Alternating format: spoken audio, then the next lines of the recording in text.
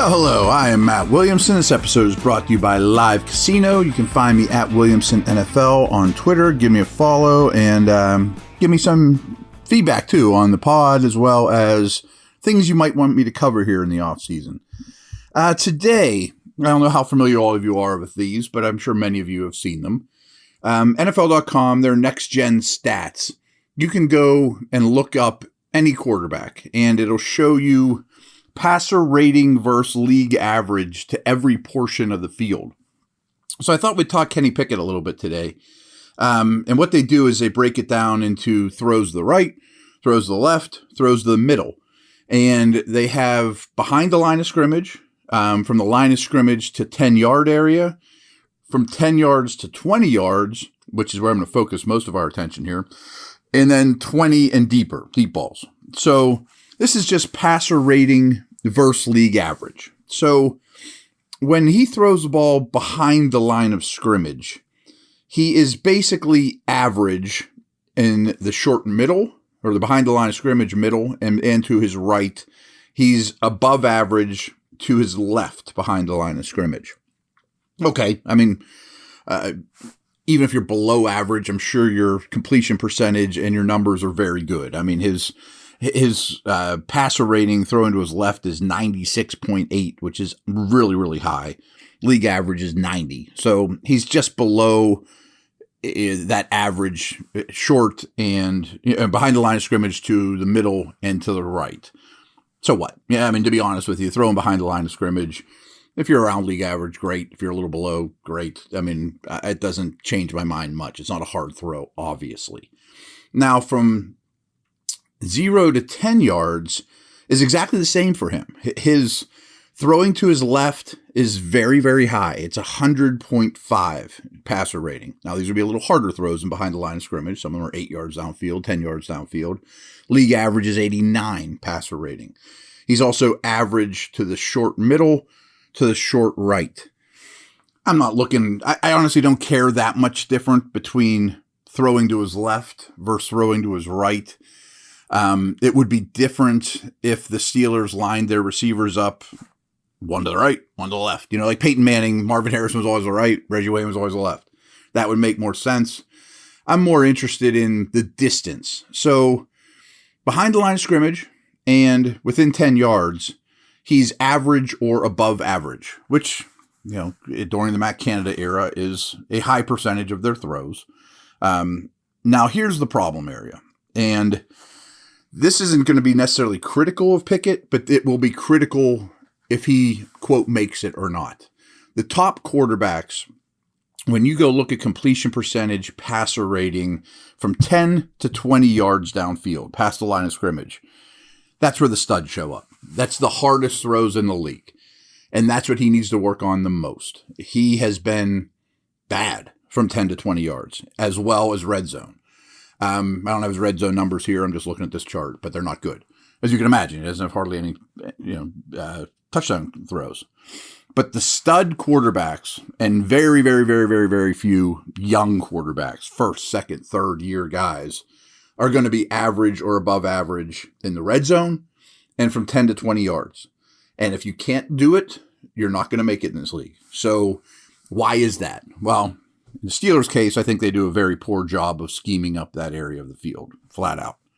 I don't think it's a receiver issue. I mean, I think Pickens is fine in that area, Deontay, certainly Freiermuth, but it's crowded. I mean, that's that hole in cover 2 over the corner in front of the safety. There's going to be long, rangy linebackers all over that area of the field that cover tons of ground like cheetahs. There's going to be safeties cheating into that neighborhood. You have to layer throws. You got to throw it over the linebacker's head, but not too high that the safety can pick it off. Sometimes you got to drive a fastball into a tight window. So that's a huge indicator, Pickett aside. Anybody early in their career, one of the first things I look at career-wise stats is early in their career is 10 to 20 yards in red zone. And it doesn't worry me that he's quite bad in both those areas, but it needs to improve immediately. So again, to his left in that area, he's actually just a little below league average. Well, he's a fair amount below league average, but they lump him in the league average category with a 67.3 rating. So I might need to look into that. I mean, is there a reason that 20 yards and shorter, he's better than on the right side? I don't know. So he's average-ish, below average, in that area to his left, where he's flat out bad. He has a 44.5 passer rating in the middle of the field from 10 to 20 yards, where league average is 87.5. So he's drastically below league average. League average throw on your right is 78.8, and he's at 47.9. So again, I don't think Canada or the scheme helps him, but this is a very, very, very common rookie problem, and as is the case for Kenny. So the deep ball, strangely, he's been really good left from these three categories. He's below average throwing to his left deep downfield, but he's above in the middle of the field as well as the deep right. And I don't have a great reasoning for that. I just picture this offense just off the top of my head, especially when Ben was there, throwing so many go balls, of course, too many, way too many, and often to the right side. I just remember Ben hitting his back foot, chucking it up for Claypool, incompletion, And there's some of that with Kenny too. But is there a reason he's better to his right and to the middle than he is to the left? I bet, and I'll look for this stuff, I bet that they have very few attempts past 20 yards between the hashes. And it makes me crazy. The deep in-cutting routes, posts, things of that nature. Most of their deep balls are down the sideline, which are the easiest ones to defend. And they throw way too many go balls. So I thought that was interesting, and some things need to improve, but there's some good stuff there too. I'll be back in a moment.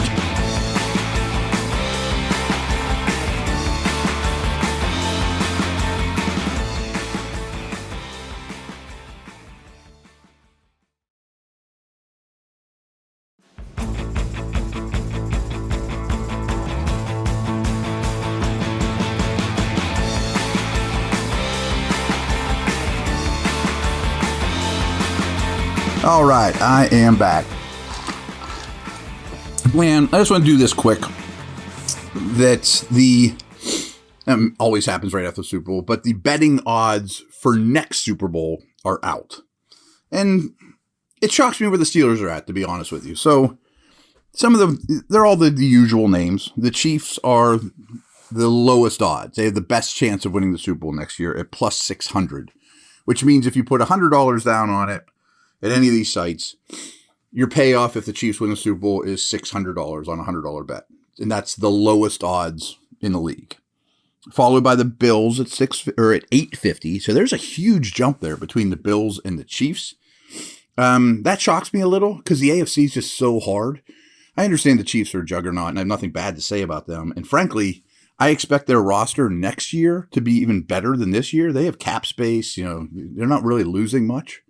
But still, I would think NFC is the better bet. It shocks me a little that the Bills are 2, but it's not too much. It does shock me that the gap is that great, though. Plus 600 to plus 850. The Niners are plus 900, as are the Eagles, as are the Bengals. I think I'd put $1 down on the Eagles, to be honest with you. I mean, the path in the NFC is not that bad. They are going to lose more than they gain, though. Their roster won't be as good. I think the Niners will be pretty similar. The Bengals have cap space. I mean, I'm not sure how much they'll use of it and how much will go to Burrow.